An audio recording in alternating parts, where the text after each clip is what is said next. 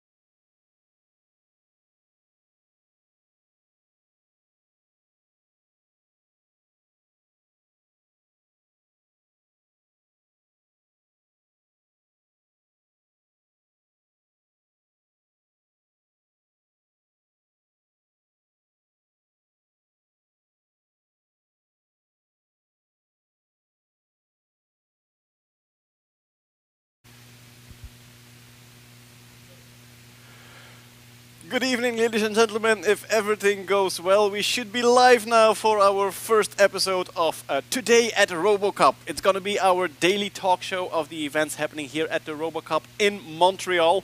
And it's a test episode, so expect things to go wrong. Cameras falling down, internet connection being lost, people not finding their words. We have to switch between 3 languages here. It's all French spoken here. We're in Quebec in Canada. We speak Dutch amongst each other. We speak English to you. So many languages in our heads. Today was the last day of preparations. Starting tomorrow, we have 4 days of competition and many different competitions. There's going to be football competitions. There's going to be rescue robot competitions. We're going to see at home, so home robot competitions.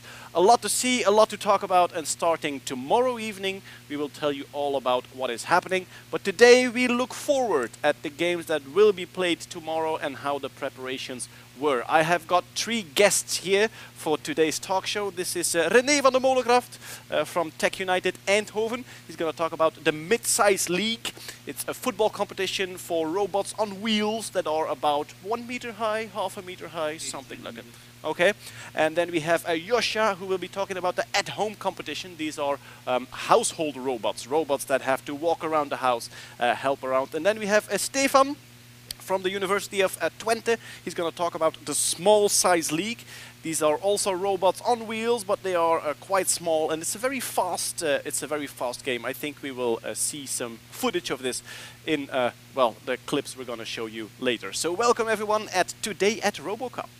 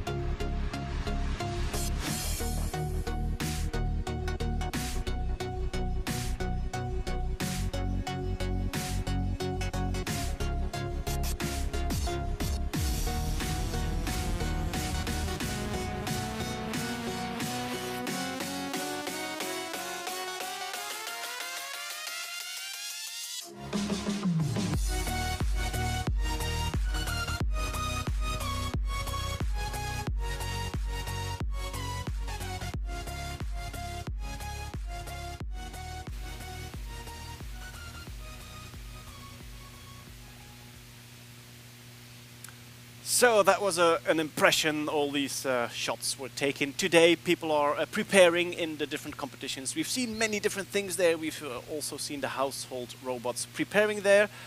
With me here is René van der Molengraft. You have been, I think, the leader, even the starter of the mid-size league team in Eindhoven? In Eindhoven, yes. Yeah. So you have been following this mid-size league football competition for a very long time. Yeah, we started in 2005 with our own development, and since then there has been made a huge advance in actually the performance of the whole league. Okay, so just to give the people kind of an idea of what we're talking about. So you have a robot that is 60 centimeters high. It's driving around on wheels. It can control the ball. It doesn't have feet. But no, it's actually driving on wheels indeed, but they are fully autonomously. So 5 robots play against 5 other robots. They decide everything as a team by themselves. Who should be the attacker, who should be the defender. So the role division is dynamic throughout the game.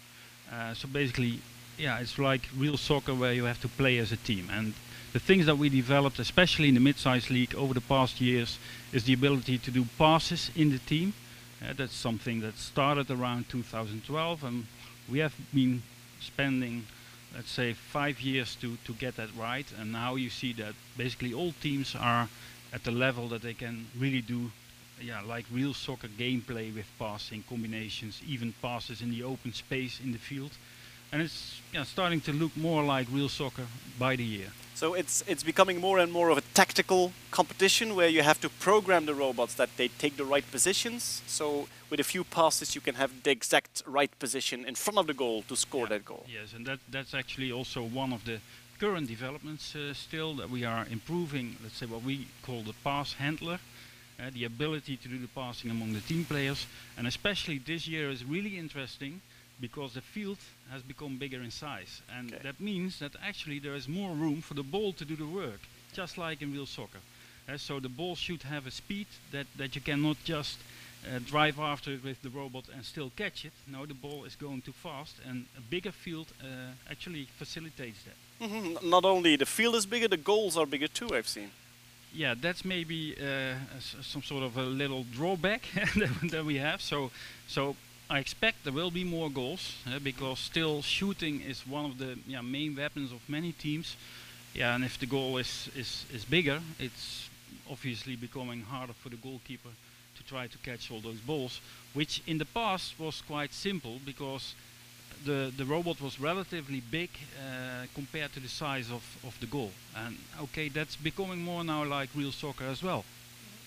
So the field becoming bigger, the goal becoming bigger is maybe one small step again towards this reaching the normal human football game. That is the far future dream of RoboCup. Yes, I expect that in the coming years, we will every few years we will run into a sort of a ceiling in terms of development, and then we have to change something in the rules to actually enforce that the next step can be taken. So we have seen that in 2011 when we had the ultimate mono play, robots taking the ball, doing these magnificent dribbles. Then we introduced the passing, so we enforced that by the rules. And now we see that a number of teams is actually able to completely defend, annihilate the opportunities for other teams to score. That was the reason that we actually now decided to increase the game. And so now for the coming years we are safe again, and we will see a huge development, I think. And then we have to think of the next step to go towards the real soccer play, and that also includes making the size of the field bigger, of course. So just like the human football, it was turning into some kind of catenaccio where the defending was so good that scoring became almost impossible. Yeah, and there were a lot of players on a small area, and now that has become a bit more advantageous because there is more room in the field, and it's more it's difficult to actually man defend all the players. Good, but let's give maybe kind of an overview to the people watching for the first time who don't really know what RoboCup is, there are many different competitions in football alone. There's two big branches. There's humanoid robots with arms and legs, and then there's the wheeled robots, like the small wagons. We have two competitions in the wheeled robots: the mid-size league, 60 centimeters high, and the small size league, the small carts like this size. We will talk about it later. And then we have the humanoids. They have arms and legs. We see now that the main development in humanoid robots is equilibrium, moving, ball handling, not so much tactics and passing, and that's the part that mid-size league and small-size league are taking over, which has the result that these are the nicest competitions to watch, I think, at this point. When you look at humanoids, you see them fall over and get up again, but when you look at mid-size league, small-size league, you see a real football game, and we hope to see nice games in the coming 4 days, and there will be many live streams both of mid-size league and small-size league on robocup.live. We will give you the entire schedule. We will put the entire schedule of the games on our website, and I think we can already show the mid-size league games for tomorrow. We play our first one at 9 o'clock in the morning Canadian time. This is 3 o'clock in the afternoon Central European time. And then we have kind of an empty day. Then in the evening we have two more games. They are at 11 o'clock in the evening Central European time. Those are the Tech United games.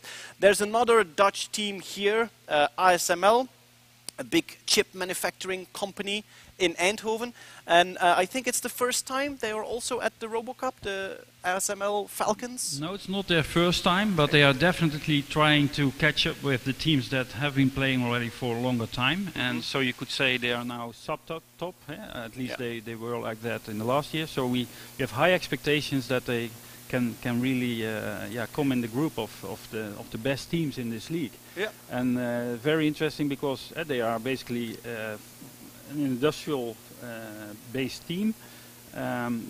They have a high level of knowledge on high-tech systems like the ASML wafer steppers.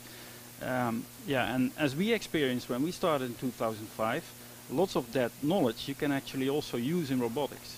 And you can apply control theory at different levels in robotics, and that's a very important competence. So I see that happening in the team, and I have high expectations. So it's definitely one of the opponents to keep an eye on. Yeah, most of the teams are university teams, are students, researchers, and so they are a real company team, which is kind of a different approach, I think. Yeah, what's really nice, one of the things that are new in their robots is the fact that they removed the traditional OmniVision system with the camera looking into a mirror by having this sort of head with camera eyes that look around 360 degrees, and as a result of that they can have a much higher resolution, so probably they will see balls and opponents on a much further distance than we actually can do, and the field has become bigger, so that's definitely a plus for them.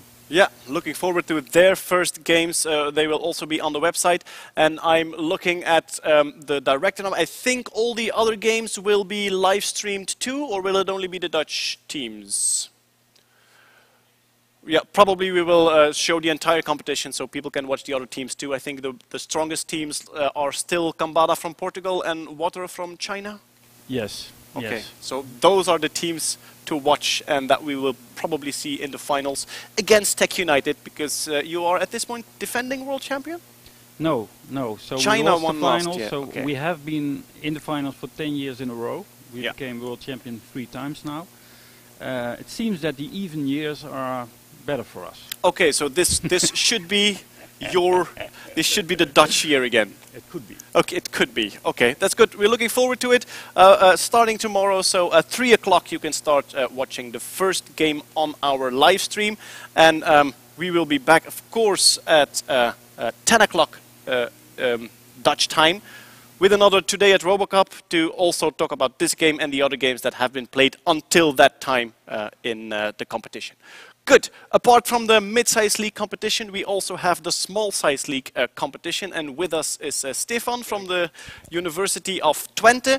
You're competing in the small size. How big are the wheeled robots there? So they are 50 centimeters in diameter and 18 centimeters high. So small buckets, I would say. Compact things. And the main difference would be, so just like in mid-size league, once the game starts, nobody of the team is still controlling the robots. The system is completely on its own for the entire duration of the play. We just press start, and from there on, it's up to them. So, okay. Yeah. Okay. Oh, a little bit closer. Yeah. Sure. Or maybe tilt it a bit so it points. Yeah, that's it. It Great. should do. Otherwise, let me know. Yeah. But the main difference would be that in mid-size league, all these robots are thinking on their own. They have their own processing unit, and they are communicating, I think, through wireless networks. And in the small-size league, the entire team is controlled by one processing computer. Exactly. There are multiple cameras on top of the field in our league, and they see from above the images. And our robots have like colored dots, and the computer sees those robots, determines what the location is, and also from the orange ball. The ball is always orange, and that status is communicated with our computer, and that is making the decisions. And from instead of you guys having it all on board, so we have a computer besides the field, and it makes the decisions. Okay. The result is that it has become, during the past few years, a very high-paced game. Some of the combinations are really fast in small size league. Yep.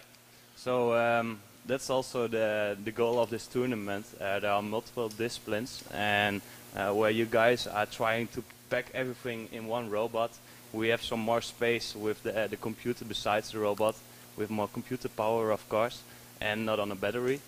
But we use that to make faster the game faster and make faster decisions. So, and hopefully in the future we combine those things and come up with really cool products, not only in soccer but also in other fields, of course. Do you see the research that is done in this robot football? Do you see it spill to other fields? Yeah, I think so. Well, nowadays the first cars are driving autonomous, and I think that will increase in the future. Like the Tesla cars don't know who they met during their drive, but nowadays they see each other and don't crash in each other. So I think over there it's like the same disciplines. Yeah, okay. So this robot software could be used for self-driving cars, and then, for example, yeah, I think so. When we're on the road, we just throw a football at a car, and maybe some of the old software starts working again, and they. Yeah, maybe we can do that, but then we get more like Transformers, I guess. Yeah, okay. What are your ambitions as a team? What is the expectation for Twente? So we started last year. We went first time to Japan. Out of 20 teams, we became 14th. So that was a really nice position for the first year. Now it's the second year here in Montreal, Canada, and we already qualified. This year we have 2 divisions, like the A division and the B division. There were some teams not able to increase the amount of robots, and the competition wanted to increase the amount of robots on the field. So they came up with 2 divisions, A and B. We are playing in Division A with 8 robots instead of 6. So we are already at the top 9 teams here in Montreal. And we improved a lot, and this year we really made some nice progress. But to place it on a rank list, it's really hard to do. We have to see. Tomorrow will be our first game, already against one of the strongest teams. Okay. So we will see how that turns out, and from there on, we definitely feel confident to do well during this tournament. So tomorrow you already have a very strong opponent for your first game. Yep, yep. What time is it?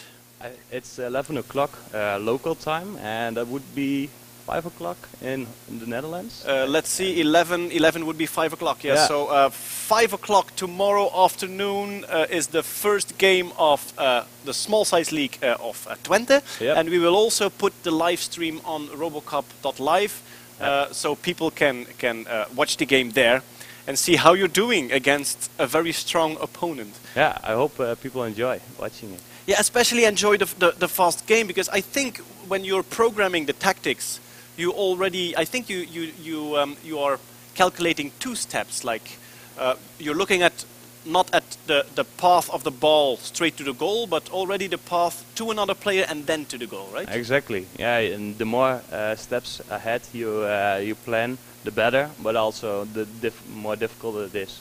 The robots drive really fast, so like in seconds the game has changed, and you have to make other plans. So definitely two steps, but most of the time the third step is already too far away, and we make other decisions. Well, the thing is, of course, that every time you pass the ball to another point, you have your hardware interacting, and there's always going to be a bit of uncertainty. So yeah, that's correct. Yeah, there is also a lot of uncertainty, of course, in the game. Yeah. But for example, if you want to pass to another robot, sometimes it's better to use another robot to indirectly pass the ball to that robot instead of shooting itself, because maybe you have to turn or and do some movements what takes more time than using another robot. So then you already have two steps.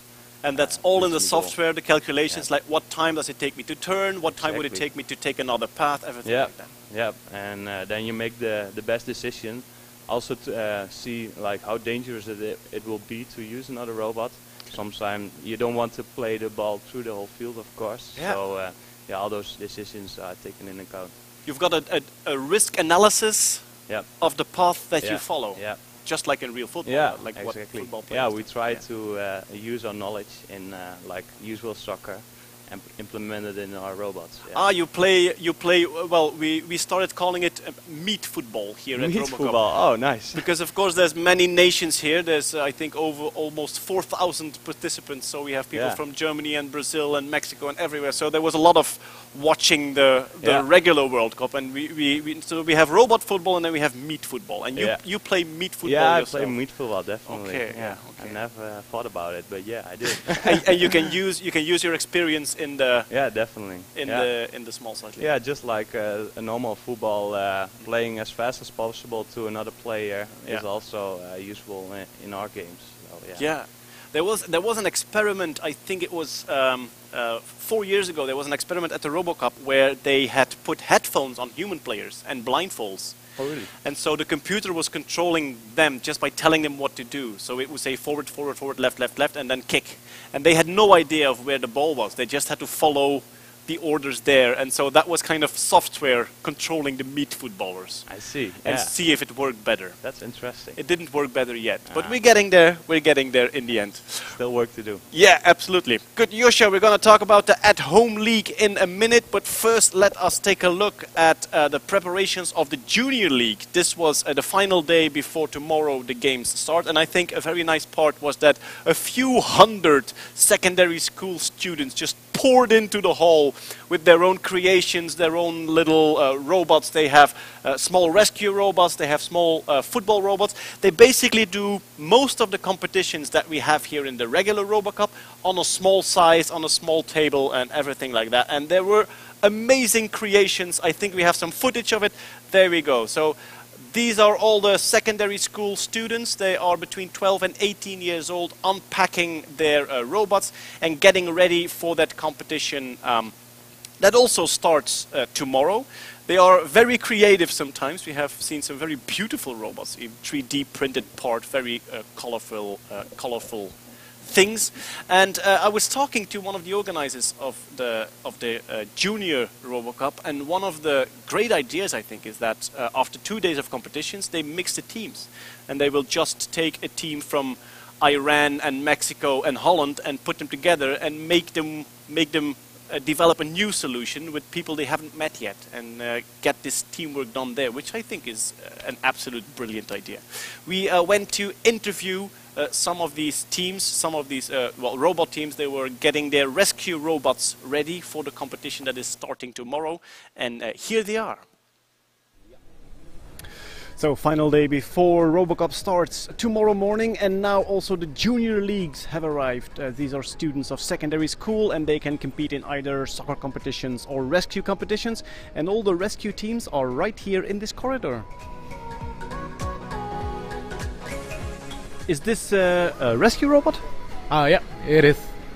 It's for the category RMRC, the Rapidly Manufactured Robot Kit. Okay. Competition. Yeah. And so you are going to compete with this one, and you have to do a certain assignment. You have to pick something up or take something away, or Yeah, kind of. First of all, we have to go through some terrain, different terrain, and we also have to make some manipulation with PVC. okay.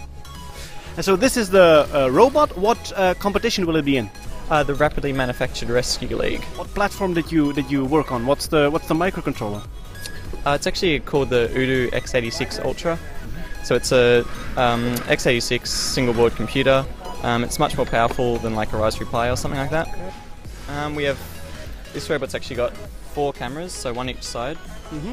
We also have distance sensors, temperature sensors. On the front we have a thermal camera as well, so we can hopefully detect people, heat maps. Yeah. So this is the junior competition, and what age is the junior competition for? So this is kind of a bridging competition between the junior rescue and then the major league rescue competition that's just over here as well. So it's a bit of a sort of intermediate, so the junior school students can sort of transition through to university level competition. Excellent. So we'll all see you in the major league competition in a few years. Yeah, hopefully. So that was the junior competition, and then let's move to our final guest, Josja, also Team Tech United, but not in the football competition. Apart from football, we also have a rescue competition here with robots that are made to rescue people in situations that are maybe inaccessible to humans. And we also have the at-home competition, where we develop the household robots of the future that probably one day will drive around your house and help you out. Josja, you are here with Team Tech United, and you have brought 2 robots this year. Yes, so we have Amigo, which is our original robot. We have been competing with that one for quite a while. And we have sort of an Amigo 2.0, its successor basically, and that one is called Sergio.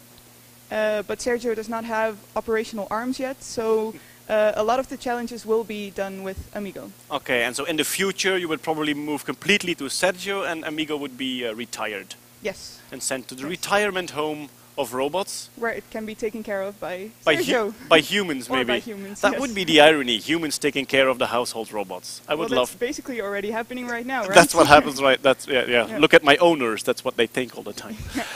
Good. Of course, I think many of us can see how a football competition works, but how does a household competition work? How do you score points? Well, we have a jury and a lot of different challenges. So, for example, the challenges that we have first, those are tomorrow, are the speech and person recognition, which means that the robot will have to answer questions and recognize people. So, for example, it will stand in front of a crowd and it has to say how many people are in that crowd, how many males, how many females. It has to detect pointing people and just answer general questions. And there's just a scoring sheet, and based on that we get points. Okay. Yep. Now this is of course a research project, a development project for the students. The things that you're talking about now, face recognition, voice recognition, they are, well, more and more software packages offer this in the market. How do you work with the robot? Can you use what other companies offer, or do you write most of it yourself? Well, we actually use quite a lot of open source software. Also because, for example, speech recognition requires a lot of data. So if you would want to develop your own speech recognition software, it does not only require a lot of time, but it also requires a lot of data.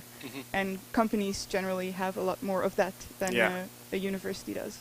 One thing that is amazing about RoboCup is it's very international, and so the jury is also very international. So Yes. the speech recognition has to be very good and get all the right accents there, because you have German accents, you have continental accents, Belgian accents, you have Latin American accents, and that's an extra challenge, I can imagine. Yes, it sometimes makes it extra tricky, Yeah. but I think a lot of judges also know how to pronounce certain parts, and they understand how the robot will interpret it, so they basically know maybe on what words to emphasize a little bit more. But they do actually try not to help the teams too much in that way, because the robot should just be able to understand if you're speaking English, even though you're speaking with a Belgian accent or a German accent, it should be able to understand you. Yeah. Yeah. Good. So that's step one. The robot knows who you are and can understand what it has to do. What are the things that it can already do? How can the robot already help people around the house? Well, in this setting, in this competition setting. Well, two of the other challenges that we have tomorrow is the storing groceries challenge and the help me carry challenge, which is basically, they are both very focused on assisting a person who has done groceries. So They both sound amazing, by the way. Just when I hear that a robot could help me store the groceries and carry them inside the house, already I think it take my money. yeah, well, exactly. So what they basically do is the robot will have to follow a person to their car, then grab the groceries, bring them back inside. So the operator by the car will say, "Well, bring them to the sink or to the cabinet," and it will go there, put all the groceries there, and then go back to the car until there are no more groceries left. And then in the storing groceries challenge, the robot will actually grab all the objects that you just bought and put them in the cabinet, and even sort them on what sort of purchases you made.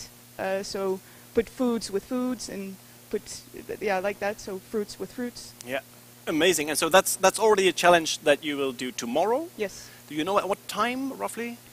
I think we start with the speech and person recognition around 11, I think. Yeah. And then, they're divided over the day, I think. Okay.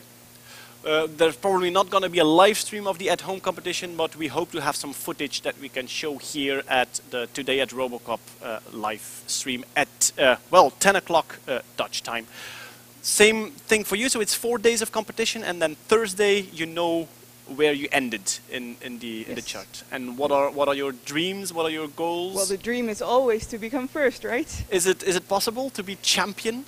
It's always possible, I think, but there is one team, Homer, from Koblenz, from Germany, and they are really good. We also competed with them at the German Open about 1.5 months ago, and they won. We were second then, and they won. And I'm afraid that will happen again, but we're definitely going to fight for our first place. Yes. Great. Well, everybody thought that they were going to win again against Mexico today, and see what happened. So you could be the Mexico of the RoboCup at-home competition. Let's hope so. Good. Thank you very much, all of you, for being here. Thank you for watching. This was our first test episode of Today at RoboCup. Tomorrow the live streams will start. So, as you know, I think at 3 o'clock, first live stream of the mid-size league competition. Everything we do will be on robocup.live. You can find us there. You can find the schedules there. And every evening at 10 o'clock, we'll be back here to give you an overview of the day. Thank you for watching. See you tomorrow.